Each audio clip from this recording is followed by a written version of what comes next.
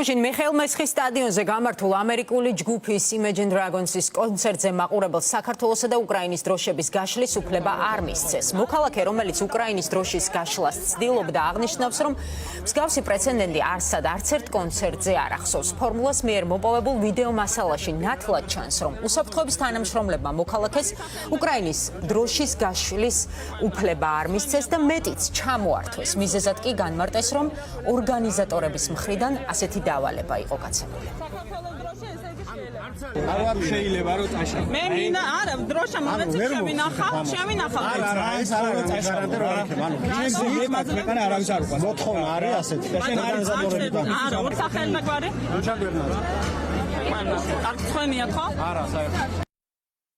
სამელი ვინც მოვიდა გამომიცხადა, რომ ორგანიზატორების ბრძანება არის, რომ არანაირი დროშები არ ჩამომართვის დროშა. ვისაც შუმად ჰქონდა დამალული კონცერტის მსვლელობისას გადააგდეს სცენისკენ, იმიტომ რომ ახლოს იყვნენ და იდეაში ყველა დაცვის თანამშრომელი სხვა ქვეყანაში ამ დროშას მერე დენს აწოდებს.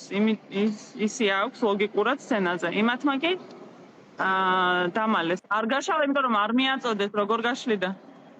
არ მიაწოდეს, ვინ მიაწოდა? არავინ არ მიაწოდა, არც გაშლის უფლება გქონდა.